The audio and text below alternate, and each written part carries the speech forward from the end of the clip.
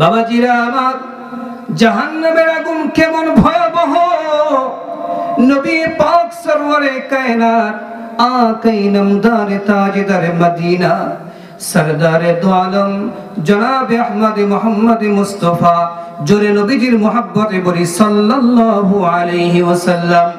নবীজি আমার বলেন, জাহান্নামের আগুন কত ভয়াবহ। মানুষগুলো যখন জাহান্নামের কিনারায় যাবে, যাওয়ার সঙ্গে সঙ্গে শরীর থেকে চামড়াগুলো খসে পড়ে যাবে। আমার বাবাজিরা আমার, পদ্মার অবস্থানরত আমার মা ও বোনেরা, চোখটা বন্ধ করে দিয়ে দিলের কান্দে শুনতে হবে। জাহান্নামের কিনারায় যখন আমরা যাব, যাওয়ার সঙ্গে সঙ্গে আমাদের চামড়াগুলো খসে পড়ে যাবে, মাথার ঘিলুটা থকবক করে ফেটে চূর্ণ বিচ্ছিন্ন হয়ে ফেটে পড়ে যাবে।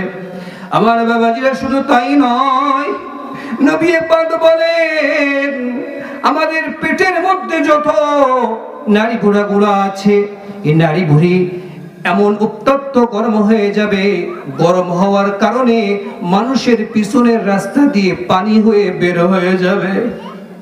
এমন কঠিন আযাব আমার বাবাজিরা আমরা কেউ সইতে পারবো না। এমন কঠিন আযাব আমরা কেউ সহ্য করতে পারবো না। তাই তো রব্বুল আলামিন ডাক দিয়ে বলে, বাবা ইয়া আইয়ুহাল্লাযীনা আমানু, হে ইমানদারগণেরা, কু আনফুসাকুম, তুমি জাহান্নাম থেকে বাঁচো, ওয়া আহলিকুম নারা, আর তোমার পরিবারকেও জাহান্নাম থেকে বাঁচাও। এজন্য জাহান্নাম থেকে আমার আপনার বাঁচতে হবে। কারণ কি? এই জাহান্নামকে নবী পাক বলেন ৭০,০০০ বছরে জ্বালানো হয়েছে। কয় বছর? জোরে বলেন, কয় বছর? আওয়াজ হচ্ছে না, ইমানদার আওয়াজ এমন হবে না। রব্বুল আলামিন আমাদেরকে বলতেছেন, ইয়া আইয়ুহাল্লাযীনা আমানু কু আনফুসাকুম ওয়া আহলিকুম নারা, হে ইমানদারগণেরা, কু আনফুসাকুম, তোমরা নিজেরা জাহান্নামের আগুন থেকে তোমরা বাঁচো, ওয়া আহলিকুম নারা, এবং তোমাদের পরিবার অধীনস্থ তাদেরকে জাহান্নামের আগুন থেকে বাঁচাও।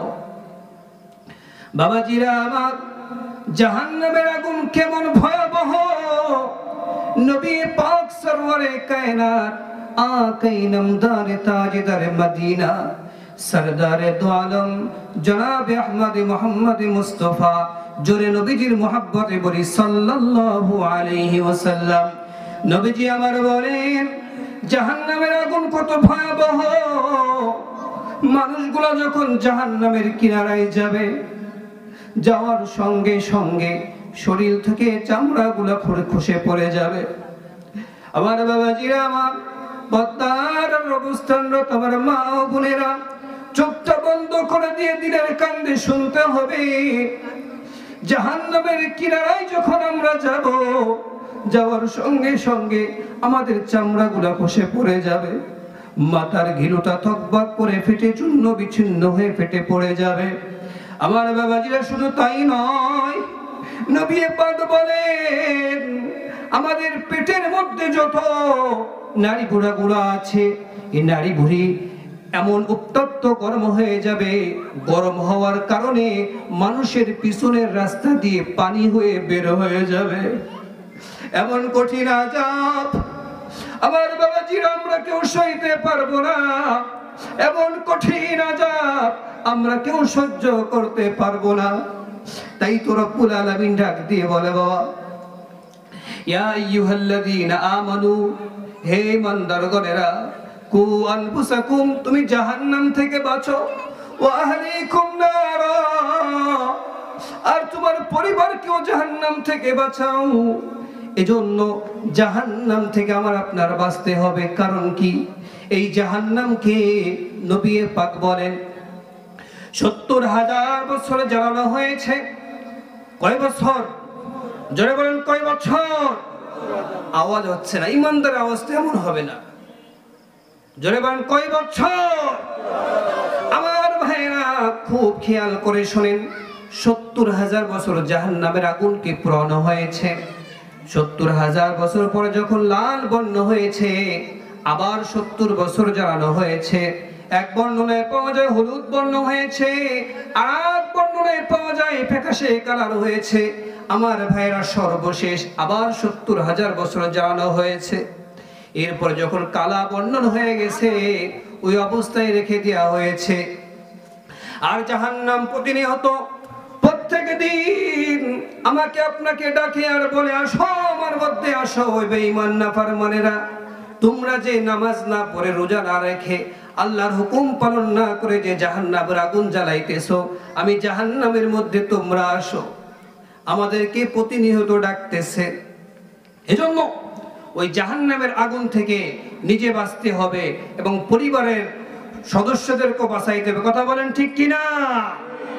আরো জোরে বলেন ঠিক কিনা? আমার ভাইয়েরা, রব্বুল আলামিন ডাক দিয়ে বলেন, কুল্লু নাফসিন বিমা কাসাবাত রহিনা। কুল্লু নাফসিন, প্রত্যেক ব্যক্তিকে, বিমা কাসাবাত রহিনা, তার কর্মের কারণে আবদ্ধ করা হবে। অর্থাৎ আমরা যারা দুনিয়াতে আছি, আমার পর্দার আর অবস্থানরত আমার মা ও বোনেরা, আপনারাও দিলের কান দিয়ে শোনেন। আমরা যারা দুনিয়াতে আছি, প্রত্যেককে রবের দরবারে দাঁড়াইতে হবে, আর রব প্রত্যেকের কর্মের ব্যাপারে জিজ্ঞাসাবাদ করবে। এজন্য আমি আপনি যে কাজগুলা করতেছি, হুঁশিয়ার হয়ে সাবধান হয়ে করি। কেননা এমন কর্ম আমি করতেছি যে কর্মের কারণে আমার জাহান্নামে যাওয়া লাগতে পারে। জাহান্নামের আগুন কি ভয়াবহ আপনাদেরকে শুনেছি, এটা আমার আপনার সব সময় খেয়াল রাখতে হবে। এখন আমাদের খেয়াল করেন, এবার আসেন এই জাহান্নামে আমরা যাব কি কাজ করলে, জানার দরকার আছে কিনা মুসলমান? আরো জোরে বলেন, জানার দরকার আছে কিনা? জাহান্নামে যাওয়ার জন্য 4টা কাজ করলে আমরা জাহান্নামে যাব। আচ্ছা, আমরা জাহান্নামে যেতে চাই নাকি জান্নাতে যেতে চাই? এই পিঠাভোগের মুসলমানেরা, জোরে আওয়াজ করে বলতে হবে, আমরা জাহান্নামে যেতে চাই নাকি মওলার জান্নাতে যেতে চাই? আমার ভাইয়েরা, যদি আমরা জান্নাতে যেতে চাই, তাহলে আজকের যে আলোচনা আমি করব, 4টা কাজ করলে আপনি জাহান্নামে যাবেন, এই 4টা কাজ আর জিন্দেগিতে করা যাবে? এই 4টা কাজ যদি আমি আপনি না করি, তাহলে মওলার জান্নাতে আমি হেঁটে যাব না, দৌড়ায় চলে যাব। সুবহানাল্লাহ। আমার ভাইরা, আল্লাহ রাব্বুল আলামিন যখন ডান হাতে আমলনামা আমাকে আপনাকে দিয়ে দেবে, এরপর যখন আমরা জান্নাতে চলে যাব, আল্লাহ রাব্বুল আলামিন বলেন, ইল্লা আসহাবাল ইয়ামিন, ইল্লা আসহাবাল ইয়ামিন, ইল্লা আসহাবাল ইয়ামিন। মনোযোগ আমার দিকে রাখতে হবে বাবারা। রব্বুল আলামিন বলেন, যারা ডান হাতে আমলনামা পাবে, রাসূলুল্লাহ হাদিসের মধ্যে বলেন, ইমানদার মুসলমান যারা ডান হাতে আমলনামা পাবে, তারা দৌড়াবে আর খুশিতে মানুষকে দেখাইতে থাকবে। ও ভাই আব্দুর রহমান, আব্দুর রহিম, আব্দুল মান্নান, দেখো ভাই, দুনিয়াতে একসাথে চলতাম, আজকে রব খুশি হয়ে আমাকে ডান হাতে আমলনামা দিয়েছে। ইমানদার খুশি হয়ে সবাইকে দেখাইতে থাকবে। আচ্ছা, আমাদের সন্তানরা যদি ক্লাসে ভালো রেজাল্ট করে, সবাইকে দেখায় কিনা বলেন? আমরা তো গর্ব করে বলি যে আমার সন্তানটা ভালো রেজাল্ট করছে। কথা বলেন ঠিক কিনা? তো দুনিয়াতে একটু কষ্ট করে গেলে যারা জান্নাত পাবে, তারা এরকম ভাবে দেখাইতে থাকবে। ভাইরা আমার, আলোচনা আমি সংক্ষেপে করতেছি, আমার সময় কম, এজন্য আমি যে কথাগুলো বলতেছি কাটা কাটা, এই কথাগুলো আপনারা বোঝার চেষ্টা করেন। ইনশাআল্লাহ আল্লাহর কসম খেয়ে বলতে পারি, আল্লাহি তাল্লাহি বিল্লাহি, এই কথাগুলো যদি আমি ইখলাসের সাথে আমল করি, আল্লাহর শপথ করে বলি, ওই রবের দিকে তাকিয়ে বলি, আমার আপনার জিন্দেগির জন্য, আমার আপনার নাজাতের জন্য এই কথাগুলো যথেষ্ট হয়ে যাবে। সকলে বলি আল্লাহুম্মা আমিন। আমার ভাইরা, ডান হাতে আমলনামা সবাই পেতে চায়, কথা বলেন ঠিক কিনা? জোরে বলেন ঠিক কিনা? এই ডান হাতে আমলনামার জন্য যে কাজগুলো করার দরকার সবাই করতে রাজি আছেন তো ইনশাআল্লাহ? আরো জোরে রাজি আছেন তো ইনশাআল্লাহ? আমার ভাইয়েরা, এরপরে যখন রব্বুল আলামিন ফি জান্নাতি ইয়াতাসাআলুন, জান্নাতীদেরকে জান্নাতে দিয়ে দেবে, দেওয়ার পরে জান্নাতীরা পরস্পরে বসে জিজ্ঞাসাবাদ করবে। কি জিজ্ঞাসাবাদ করবে? আমার আপনার সম্পর্কে। রব্বুল আলামিন বলেন ফি জান্নাতি ইয়াতাসাআলুন, জান্নাতীরা যখন জান্নাতে চলে যাবে, জান্নাতে যাওয়ার পরে পরস্পরে তারা এরকম ভাবে আলোচনা করবে, ভাই আমার বন্ধু আব্দুর রহিম, আমার বন্ধু আব্দুল করিম, আমরা একই সাথে বিকেল বেলা একই মাঠে খেলা করতাম, চায়ের দোকানে বসে এক জায়গায় বসে চা খাইতাম, এক জায়গায় বসে গল্প করতাম, আমার বন্ধুকে তো আজ খুঁজে পাই না। জান্নাতীরা বলা বলি করবে। এরপরে জান্নাতীদের মনের মধ্যে আসবে যে আমার বন্ধুটা কোথায় গেল। রব্বুল আলামিনের কাছে সুপারিশ করবে, রব্বুল আলামিন আমার বন্ধুকে আমি কোথাও খুঁজে পাই না, কোথাও আমি খুঁজে পাই না, আল্লাহ আপনি আমার বন্ধুকে দেখানোর ব্যবস্থা করে দাও।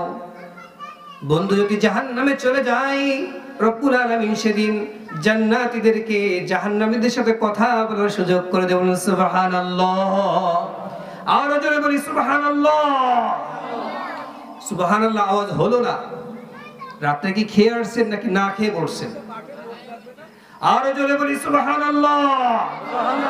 আমার ভাইরা, এরপরে জান্নাতীরা জিজ্ঞাসা করবে আনিল মুজরিমিন মা সালাকাকুম ফি সাকার, মুজরিমদেরকে বলবে, পাপীদেরকে বলবে জান্নাতীরা, আরে ভাই তুমি কোন কারণে জাহান্নামে আসছো, এই কারণগুলা বলো।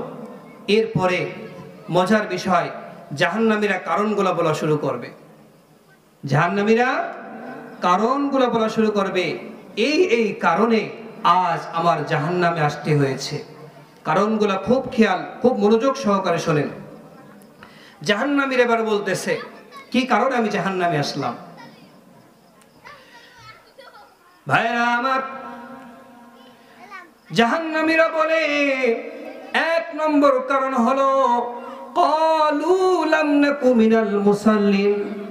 জাহান্নামীরা বলতেছে আমরা দুনিয়ার মধ্যে মুসল্লি ছিলাম না। দুনিয়ার মধ্যে কি ছিলাম না? মুসল্লি। নামাজ পড়তাম না। মুসল্লি মানে কি? বাংলা আওয়াজ কি বলেন? মুসল্লি ছিলাম না মানে কি? নামাজ পড়তাম না। আমার ভাইরা, যদি আমি নামাজ না পড়ি তাহলে আমি আপনি সবাই রবের দরবারে আটকে যাব কিনা বলেন? কথা বলেন। যদি 5 ওয়াক্ত নামাজ আমি আপনি যথাযথ আদায় না করি তাহলে আমার আপনার জাহান্নামে যেতে হবে কিনা? আরো জোরে বলেন, জাহান্নামে যেতে হবে কিনা? বিশ্বাস হয়? বিশ্বাস হয়? পবিত্র কালাম থেকে খুলে খুলে আপনাদেরকে ওয়াজ এবং নসিহত করতেছি, একটা কথাও আমি বাইরের থেকে বলি না ইনশাআল্লাহ। আমার আলোচনাগুলো আপনারা জুমায় শুনে থাকেন, আমি আলহামদুলিল্লাহ যে আলোচনাগুলো করি কোরআন এবং হাদিস এর বাইরে একটা কথাও বলি, বলেন?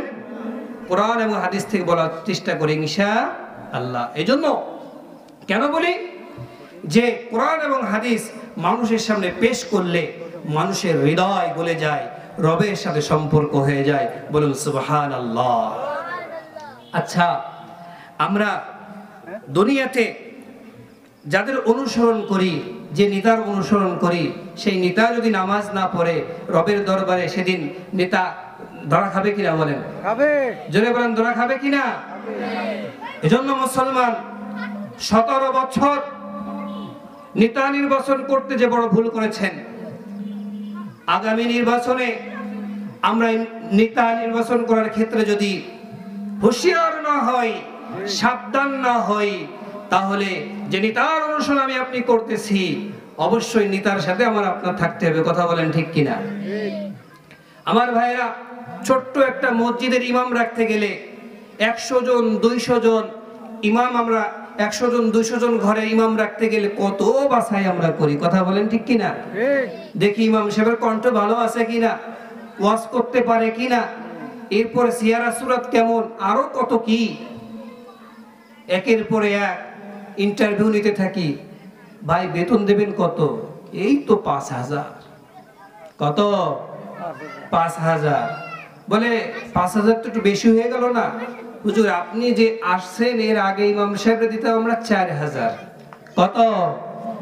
জোরে বলেন কত? আপনার বরকতে আমরা 1000 বাড়াইছি। সুবহানাল্লাহ হুজুর, আপনি পড়েন। বুঝেন নাই? 100 জন 200 জন ঘরের একটা নেতাকে নির্বাচন করতে যে আমরা এত যাচাই বাছাই করি, অথচ একটা এমপি হতে গেলে প্রায় 3 লক্ষ 5 লক্ষ 7 লক্ষ 10 লক্ষ হতে পারে। এত মানুষের নেতা হবে, এত মানুষের রাহবার হবে, তাকে নির্বাচন করার ক্ষেত্রে আমাদের যাচাই বাছাই দরকার আছে কিনা মুসলমান? আছে কিনা জোরে বলুন। এজন্য আগামী নির্বাচনে আমরা সবাই ইনশাআল্লাহ নেতা নির্বাচন করার ক্ষেত্রে হুঁশিয়ার থাকবো, ঠিক আছে না? ইনশাআল্লাহ আমার ভোটটা হবে ইসলামের পক্ষে। আমার ভোট হবে কিসের পক্ষে? আমার ভোট হবে কিসের পক্ষে? ইসলামের পক্ষে, ঠিক আছে না? ইনশাআল্লাহ। এজন্য আমরা সব সময় কোরআনের পক্ষে থাকবো, ইসলামের পক্ষে থাকবো, আমরা উলামায়ে কেরামের সাথে থাকবো, ঠিক আছে না? ইনশাআল্লাহ। আমার ভাইরা, 2 নম্বর কারণ, জাহান্নামীরা বলবে ওয়ালাম নাকুনু তুইমুল মিসকিন, আমরা অসহায় দরিদ্র মিসকিনদেরকে খাবার খেতে দিতাম না। আমাদের টাকা পয়সা সব ছিল, কিন্তু আমরা দরিদ্র অসহায় দোস্ত যারা এরকম ভাবে গরিব অসহায় ছিল তাদেরকে খাবার খেতে দিতাম না। 3 নম্বর কারণ বলবে ওয়াকুন্না নাখুদু মাআল খায়িদিন, যে আমরা অনর্থক মজলিসে যে সময়কে নষ্ট করতাম, অনর্থক মজলিসে যে সময় নষ্ট করতাম। আমরা গ্রামগার মানুষ, খুব খেয়াল করে শোনেন, নামাজ হয়ে যায় 1 কাপ চা খাইতে চলে যায় দোকানে, যাই কিনা জোরে বলেন? চা খেতে আমরা যাই কিনা? চা খাওয়া আপনার জরুরি, ঠিক আছে, তার মানে এই নয় আপনি ওখানে চা খাবেন 1 কাপ চা, আর রাত 12টা 12:30 আখেরি মোনাজাত শেষ না করে আপনি বাড়ি আসবেন না। কথা বুঝেন নাই? কথা বুঝছেন আমার? মাহফিলের আখেরি মোনাজাত হবে না, আপনি চার দোকানে বসবেন আর 12টা 12:30 না বাজলে আপনি বাড়িতে আসবেন না।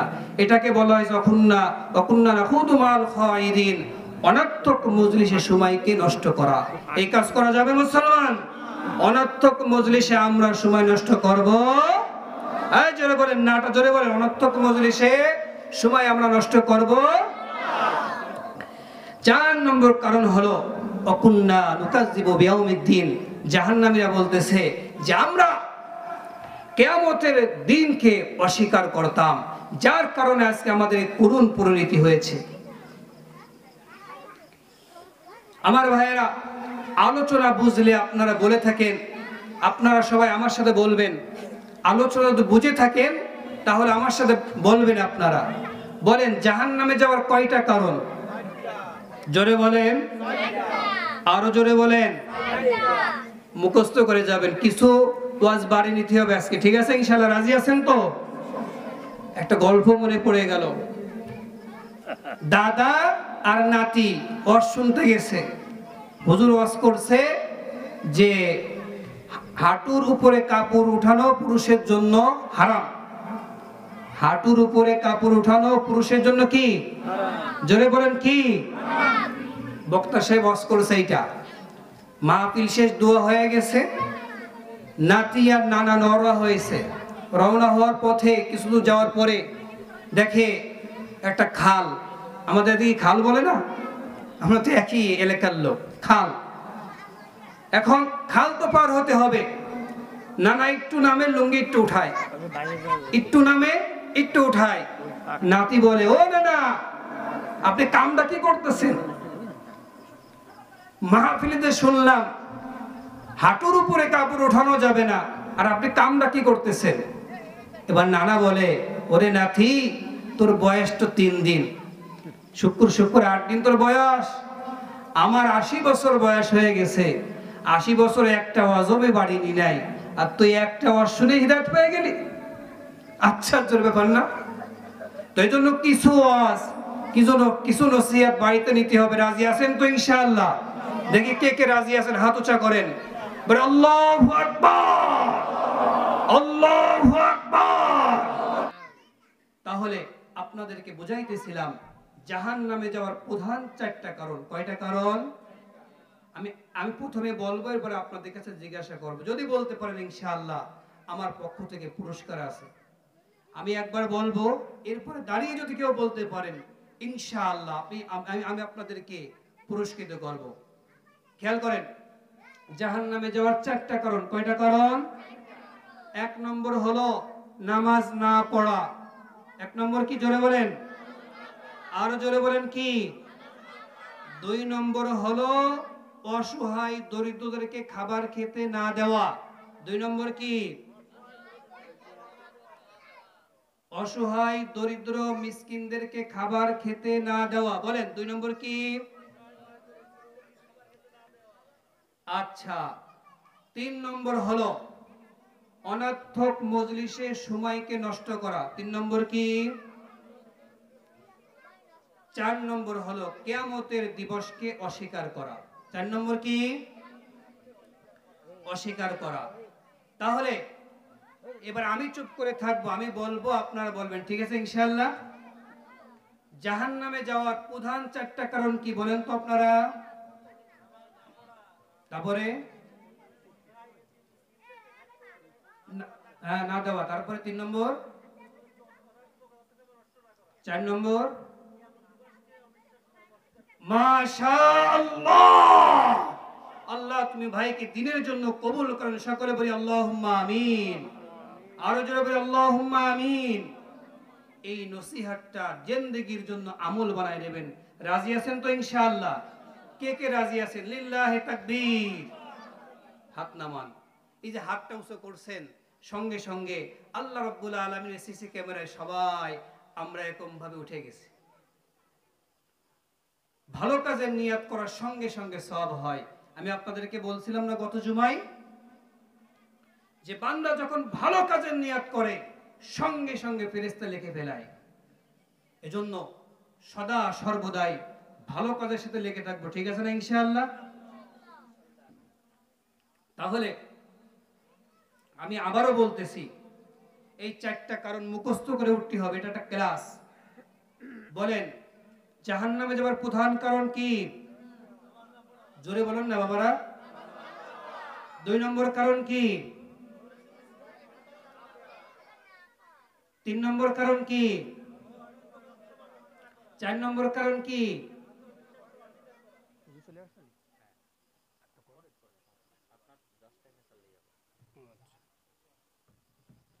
আলহামদুলিল্লাহ, আলহামদুলিল্লাহ, সুম্মা আলহামদুলিল্লাহ। আমি অত্যন্ত আনন্দিত এবং খুশি। কারণ হলো যে আপনারা এই 4টা কারণ মুখস্থ করতে পেরেছেন। এখন আসেন আমার দিকে খেয়াল করেন। মনোযোগ হারাইলে কিন্তু ওই দাদার মতন হবে, নসিহত বাড়ি যাবে না। নসিহতকে বাড়ি নিতে হবে কিনা বলেন? এই যে 4টা কারণ, যে নামাজ পড়ে না, অসহায় দরিদ্র ব্যক্তিদেরকে খাবার খেতে দেয় না, অনর্থক মজলিসের সময় নষ্ট করে, কিয়ামতের দিবসকে অস্বীকার করে। এবার আসেন আমরা বিশ্লেষণ করি আমাদের মধ্যে কোনটা নাই। কথা বুঝে আসছে? আসেন, আমরা মুসলমান হওয়ার পরেই আমাদের প্রধান জিম্মাদারের দায়িত্ব হলো 5 ওয়াক্ত নামাজ পড়া। কি দায়িত্ব? প্রধান দায়িত্ব কি? এখন আমি যদি নামাজ না পড়ি আর যদি বলি যে আমার কাজ ছিল, এ ছিল, তা ছিল, বললে হবে? ময়দানে মাহশারে সর্বপ্রথম আমলের মধ্যে আমার আপনার নামাজের হিসাব হবে। কিসের হিসাব হবে? জোরে বলেন, কিসের হিসাব হবে? এই যুবক ভাইদের থেকে বৃদ্ধ বাবাদের আওয়াজ বেশি হয়। যুবকরা বহুত চালাক, গায়ে যে পাওয়ার, এই পাওয়ারটা দিতে চায় না। পাওয়ার দেবে কোথায়? যে ইটের বাঠাই, যে এরপরে বোঝাবতি, যে কি বলেন, আমার বাবাজিদের আওয়াজ বেশি হবে। বস সবাই আমরা এক আওয়াজে এক তালে বলবো, ঠিক আছে ইনশাআল্লাহ? ময়দানে মাহশারে সর্বপ্রথম কিসের হিসাব হবে? বলেন, নামাজের হিসাব হবে। ময়দানে মাহশারে সর্বপ্রথম কিসের হিসাব হবে? আরো জোরে বলেন, কিসের হিসাব হবে? নবীজি সাল্লাল্লাহু আলাইহি ওয়াসাল্লাম বলেন, আউয়ালু মা ইউহাসাবু বিহিল আবদু ইয়াউমাল কিয়ামাতিস সালাম। কিয়ামতের ময়দানে সর্বপ্রথম বান্দার নামাজের হিসাব নেওয়া হবে। এজন্য আমার বাবাজিরা, হাতে ধরি পায়ে ধরি আপনাদেরকে বলে যাই, যদি বলেন হুজুর আমার পাটা ধরেন, আমি ধরতে রাজি আছি। হাত ধরতে বললে হাত ধরতে রাজি আছি বাবা। দুনিয়ায় বিপদে পড়লে কেউ না কেউ আমাদের আগিয়ে আসে সহযোগিতা করতে, কিন্তু কবর এমন একটা জায়গা, আখিরাত এমন একটা জায়গা, যেখানে বিপদে পড়ে গেলে আর কেউ সহযোগিতা করবে না, কেউ আপনার সহযোগিতা করবে না। যখন আমার আপনার মৃত্যু হয়ে যাবে, দুনিয়ার কোনো সহযোগিতা আমার আপনার আর কোনো কাজে লাগবে না। মালাকুল মাউত যেদিন আমার আপনার দরবারে উপস্থিত হয়ে যাবে, রব্বুল আলামিন বলেন, হাত্তা ইযা জাআ লিআজালিম মুসাম্মা, যখন আমার আপনার নির্দিষ্ট সময় শেষ হয়ে যাবে, মালাকুল মাউত যখন চলে আসবে, দুনিয়া থেকে আমি আপনি চলে যাব। এরপরে মসজিদের মাইকে এলান হবে, আব্দুল করিম, আব্দুল সত্তার, আব্দুল মান্নান দুনিয়াতে নাই, অমুকের বিটা অমুক দুনিয়া থেকে চলে গেছে। জানাজা হবে। চোখটা বন্ধ করে একটু ভাবুন বাবা, আপনার এখন মৃত্যু হয়ে গেছে, আপনি ভাবেন। আমার ভাইরা খুব খেয়াল করেন, মনোযোগ দিন। আপনার মৃত্যু হয়ে গেছে, মসজিদের মাইকে এলান হলো যে আপনি মারা গেছেন। এরপরে কিছু সময় পরে আপনার নামাজের জানাজা হবে, আপনার জানাজার নামাজ পড়া হলো। এর কিছুক্ষণ পরে বাবা আপনাকে কবরের দিকে রওনা করা হলো। কবরে নেওয়ার পরে এরপরে আপনাকে কবরে রাখা হলো। রাখার পরে আমার বাবারা খুব মনোযোগ দিয়ে ভাবেন, আস্তে আস্তে যখন আপনার কবরে পরে মাটি দিয়ে সুন্দর করে আপনাকে নির্জনে রেখে আসলো, আসার পরে আল্লাহর হুকুমে ফেরেশতা আসবে, এসে আপনাকে তিনটা প্রশ্ন করবে, মার রব্বুকা ওমান দীনুকা ওমান নবিয়ুকা। সর্বপ্রথম যে প্রশ্নটা করবে সেই প্রশ্নটা হলো তোমার রব কে। সর্বপ্রথম প্রশ্ন হবে, দুনিয়াতে তোমার আল্লাহ কে ছিল? দুনিয়াতে তোমার রব কে ছিল? দুনিয়াতে যদি আমরা আল্লাহকে বাদ দিয়ে কোন নেতার পিছনে দৌড়াইয়া দুনিয়ার সমস্ত হায়াতকে শেষ করি, আল্লাহর ফেরেশতা যখন আমাকে আপনাকে জিজ্ঞাসা করবে, রবকে বাদ দিয়ে ওই নাফরমানের নামটা মুখ থেকে বের হয়ে যাবে।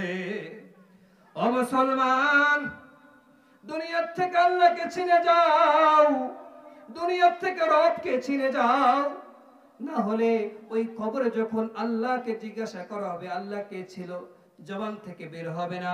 2 নম্বর প্রশ্ন করা হবে, তোমার নবীকে, আমার নবিয়ুকা, তোমার নবীকে, তোমার নেতাকে। যখন জিজ্ঞাসা করা হবে, যদি আমরা রাসূলুল্লাহর সুন্নতি জিন্দেগি অনুযায়ী জীবনকে চালাইতে পারি, রাসূলুল্লাহর নাম বলার সঙ্গে সঙ্গে আমি আপনি বলে দেব, আমার নবী আপনার নবী সবার নবী। সকলে বলি মুহাম্মদ সাল্লাল্লাহু আলাইহি ওয়াসাল্লাম। আমার আপনার সকলের পবিত্র জবান থেকে বের হয়ে যাবে। আমার ভাইরা এরপরে জিজ্ঞাসা করবে, তোমার ধর্ম কি ছিল? আমি আপনি যদি পরিপূর্ণ ইসলামের পরে চলতে পারি, বলার সঙ্গে সঙ্গে আমার আপনার জবান থেকে বের হয়ে যাবে। আল্লাহ রাব্বুল আলামিন বলেন, ইয়া আইয়ুহাল্লাযীনা আমানু দুখুলু ফিস-সিলমি কাফা, হে ইমানদারগণেরা তোমরা পরিপূর্ণভাবে ইসলামের মধ্যে ঢোকো। তোমরা ইসলামের মধ্যে পরিপূর্ণভাবে ঢোকো, আংশিক ঢোকো না। আমার ভাইয়েরা, মুসলমান তো এমন হবে, ইমানদার তো এমন হবে, ওর দিকে তাকাইলেই বোঝা যাবে এটা মুসলমান। কথা বলেন ঠিক কিনা? দেখবেন 2-1টা মুসলমান আছে এমন, ওরে আর যদি হিন্দুর পাশে বসাই দেওয়া হয়, আপনি বাইসে বের করতে পারবেন না এটা মুসলমান না হিন্দু। না আছে সুরাত, না আছে লিবাস। সুরত মানে কি? মুসলমানের বডির মধ্যে রাসূলুল্লাহর সুন্নাতের কোনো বালাই নাই। আর লিবাস কি? সুন্নতি কোনো লিবাস চেনেই না। আমার ভাইরা, আমাদের ঐতিহ্য, আমাদের গৌরব হলো আমরা মুসলমান। আমাদের ঐতিহ্য, আমাদের গৌরব হলো আমরা মুসলমান। মুসলমানের ঘরে সন্তান হয়ে যদি মুসলমানের মতন না চলতে পারি, বেজাতি ইহুদিদের মতন যদি আমি আপনি চলতে থাকি, আল্লাহর কসম খেয়ে বলি, রাসূলুল্লাহ বলেন, মান শাব্বাহা মিনহু, আমি আপনি যার সাথে মুসাব্বা রাখবো, যার সাথে উঠা বসা করব, তার সাথে আমার আপনার হাসর নাসর হবে। ঠিক ভাইরা আমার, আমরা রাসূলের সঙ্গে হতে চাই নাকি নমরুদের এবং ওই বড় বড় কাফেরদের সঙ্গে হতে চাই? জোরে বলেন, আমরা কার সঙ্গে হতে চাই? আরো জোরে বলি, কার সঙ্গে হতে চাই? সেই রাসূলের প্রেমে আজকের থেকে একটা সুন্নাত জিন্দা করা যাবে তো ইনশাআল্লাহ? সেই সুন্নাতটা কি? আমি সবাইকে বলি, সুন্নাতটা হলো সহজ একটা সুন্নাত।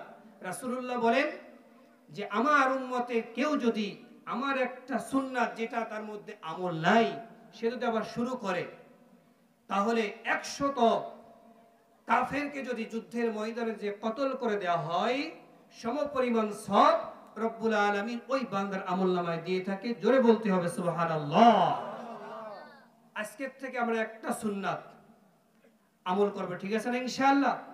সুন্নাতটা হলো, অনেকে অনেক সময় আমরা কবিরাজের কাছে দৌড়াই, যায় বলি কি যে হুজুর আমার মা বোনরা শুনতেছেন, আপনারাও শোনেন, মা বোনরা বেশি যান কবিরাজের কাছে, কবিরাজকে ব্যবসা বন্ধ হয়ে যাবে, কেউ যদি কবিরাজ থাকেন রাগ করেন না, এটা বলতে হবে। আমার স্বামী আমাকে ভালোবাসে না, আবার স্বামী অভিযোগ করে হুজুর আমার স্ত্রী আমাকে ভালোবাসে না, রাসূলুল্লাহ একটা সুন্নাত আজকে আমার বাড়ি নিয়ে যাবো, ঠিক আছে না ইনশাআল্লাহ? নবী পাক বলেন, আপনি স্ত্রী আপনি স্বামীকে সালাম দিবেন, আপনি স্বামী আপনি স্ত্রীকে সালাম দিবেন, ওই ঘরে সরাসরি আল্লাহর আসমান থেকে রহমত রহমত বরকত আসা শুরু করবে। সুবহানাল্লাহ। এই আমলটা করা যাবে ইনশাআল্লাহ?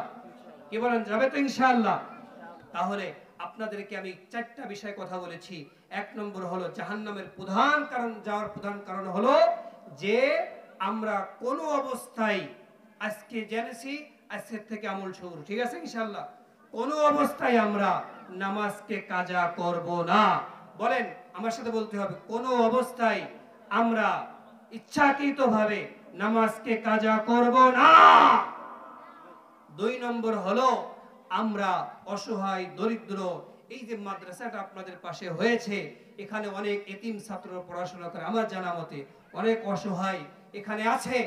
আমার বন্ধুবর এই যে হাফেজ আবু বক্কর সাহেব উনি মাদ্রাসা করেছেন, এখানে অসংখ্য ছেলে মেয়ে পড়াশোনা করতেছে। একটু খোঁজ নেবেন মাঝে মধ্যে, কে গরিব আছে, কে অসহায় আছে। আপনাকে আল্লাহ রাব্বুল আলামিন যে অর্থ দিয়েছে, আল্লাহ বলছেন অমিম্মা রাযাকনাহুম ইনফিকুন, আমি তোমাদেরকে যা দিয়েছি তার থেকে তোমরা কিছু আমার রাহে, আমার রাস্তায় তোমরা ব্যয় করো। আমার ভাইয়েরা, একটু খোঁজ খবর নিয়ে একজন এতিমের মাথায় হাত দিলে স্বয়ং আমার আল্লাহ খুশি হয়ে যায়। বলেন কে খুশি হয়? আরো জোরে বলেন, কে খুশি হয়? আল্লাহর নামটা একটু জোরে নেন, কে খুশি হয় বলেন? আরো জোরে বলেন, কে খুশি হয়? এজন্য আমরা মাঝে মধ্যে একটু মাদ্রাসায় যাব, যে এতিমদের খোঁজ খবর নেব, অসহায়দের খোঁজ খবর নেব, পারলে মাঝে মধ্যে একটু তাদেরকে খাওয়াবো, কিছু সহযোগিতা করব, এর বিনিময় রব্বুল আলামিন আমাকে আপনাকে জান্নাত দান করবে। জোরে বলি সুবহানাল্লাহ। 3 নম্বর কারণ আপনাদেরকে বলেছি যে অনর্থক মজলিসে আমরা সময় নষ্ট করব না। আপনার সময় আছে, মসজিদে বসে যান, 2 রাকাত নামাজ পড়েন, জিকির আজকার করেন, কোরআন তেলাওয়াত করেন, সর্বশেষ 2 হাত রব্বুল আলামিনের দিকে উঠিয়ে আপনি চোখের পানি ছেড়ে দিয়ে দোয়া করতে থাকেন।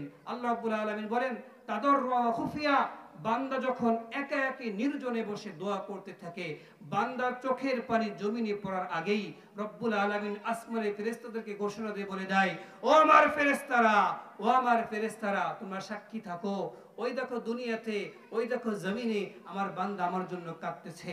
আপনার চোখের পানি পড়ার আগেই রব্বুল আলামিন আরশে মহল্লায় আমার আপনার গুনার মাফির ঘোষণা দিয়ে দেন, সুবহানাল্লাহ। এজন্য অনার্থক মজলিসে আমরা সময় কাটাবো না। আর কিয়ামতের দিবসে আমরা আপনার উঠতে হবে, ওখানে হাসর নাসর হবে, হিসাব হবে, এগুলোকে পরিপূর্ণ বিশ্বাস রাখতে হবে। আর এইগুলোর পরে বিশ্বাস রেখেই আমার আপনার চলতে হবে, না হলে হাত্তা আতানাল ইয়াকিন, আপনি নামাজ না পড়লেও সময় চলে যাবে, আপনি অসহায়দেরকে সদকা না করলেও সময় চলে যাবে, অনর্থক মধ্যে সময় কাটাইলেও সময় চলে যাবে, আর কিয়ামতকে অস্বীকার করলেও আপনার আল্লাহ রাব্বুল আলামিন বলতেছেন হাত্তা আতানাল ইয়াকিন, একটা সময় আমার আপনার মৃত্যু চলে আসবে। এজন্য আমার ভাইয়েরা, মৃত্যু আসার আগেই আমরা মৃত্যুর পরিপূর্ণ প্রস্তুতি নিয়ে আমরা মৃত্যুবরণ করব, কথা ঠিক আছে না ইনশাআল্লাহ? আল্লাহ রাব্বুল আলামিন বলছেন ইয়া আইয়ুহাল্লাযীনা আমানুত্তাকুল্লাহ হাক্কা তুকাতিহি ওয়া লা তামুতুন্না ইল্লা ওয়া আনতুম মুসলিমুন, হে ইমানদারগণেরা তোমরা মৃত্যুবরণ করো না যতক্ষণ পর্যন্ত না তোমরা মুসলমান না হও। এজন্য আমরা আজকের থেকে ওয়াদাবদ্ধ হই, আমরা আজকের থেকে মুসলমান হব, ঠিক আছে না ইনশাআল্লাহ? বলেন আজকের থেকে আমরা কি হব? মুসলমান তো আমরা এমনিই আছি। তার মানে কি, রবের যে হুকুমগুলা এগুলো আমরা পরিপূর্ণভাবে যথাযথ আদায় করব, ঠিক আছে না ইনশাআল্লাহ? পদ্মার আর অবস্থানরত আমার মা বোনরা শুনতেছেন, সংক্ষেপে আপনাদেরকে একটা আমলের কথা বলে দিই। আপনারা সহজে একটা আমল করতে পারেন, মৌলার জান্নাতে হেঁটে যাবেন না, দৌড়ায় জান্নাতে চলে যাবেন। এক নম্বর হলো আল্লাহ রাব্বুল আলামিনের যে ফরজ হুকুমগুলো আছে এগুলো আপনারা যথাযথ আদায় করবেন, অর্থাৎ 5 ওয়াক্ত নামাজ পড়বেন। 2 নম্বর হলো পর্দা পুশিদা করবেন। 3 নম্বর হলো স্বামীর যে মালগুলো আছে এগুলার হেফাজত করবেন। 4 নম্বর হলো লজ্জা স্থান হেফাজত করবেন। ও মা ও বোন, আপনাদেরকে বলি, আপনারা অনেক কষ্ট করে, অনেক মুজাহাদা করে মাহফিলে আসেন, কিন্তু আপনাদের জন্য অনেক সময় ওয়াজ করা হয় না। আমি আবারও বলতেছি, এই 4টা আমল আপনি করবেন। হাদিসের কিতাবের মধ্যে আসছে, আপনি দৌড়ায়া, হেঁটে না, দৌড়ায়া জান্নাতে যাবেন। তার মানে আপনাকে ফেরেশতারা ইস্তেকবাল করে মওলার জান্নাতে দ্রুত পৌঁছায় দেবে, সুবহানাল্লাহ। 1 নম্বর হলো আমার মা বোনরা, আপনারা 5 ওয়াক্ত নামাজ পড়বেন। 2 নম্বর হলো আপনারা পর্দা পুশিদা করবেন, অর্থাৎ ফরজ হুকুম মেনে চলবেন, পর্দা করবেন। 1 নম্বর হলো বরাবরই নামাজ পড়বেন, 2 নম্বর হলো পর্দা করবেন, 3 নম্বর হলো স্বামীর মালের হেফাজত, স্বামীর খেদমত করবেন, 4 নম্বর হলো নিজের লজ্জা স্থানে হেফাজত করবেন। আমার ভাইয়েরা, আমরা এই জামানায় এসে বড় বিপদে পড়ে গেছি। মোবাইলের বালা, এরপরে বিভিন্ন বালা মুসিবতে, পরকীয়া জর্জরিত হয়ে গেছে। এজন্য আমরা সকলে মিলে আমরা রব্বুল আলামিনের হুকুমের মধ্যে আসি, তাহলে ইনশাআল্লাহ দুনিয়ার সফলতা পাবো, আখিরাতের সফলতা পাবো। রব্বুল আলামিন যে কথাগুলা এই নালায়েকের মুখ থেকে বের করেছেন, সর্বপ্রথম আল্লাহ রব্বুল আলামিন যেন আমাকে আমল করার তৌফিক দান করেন, এবং আপনারা যারা শুনেছেন, পর্দার আড়াল আমার মা ও বোনরা যারা শুনেছে, সকলকে যেন কথাগুলো আমল করে আখিরাতে জান্নাতে যাওয়ার তৌফিক দান করেন। সকলে জবান খুলে বলি আল্লাহুম্মা আমিন।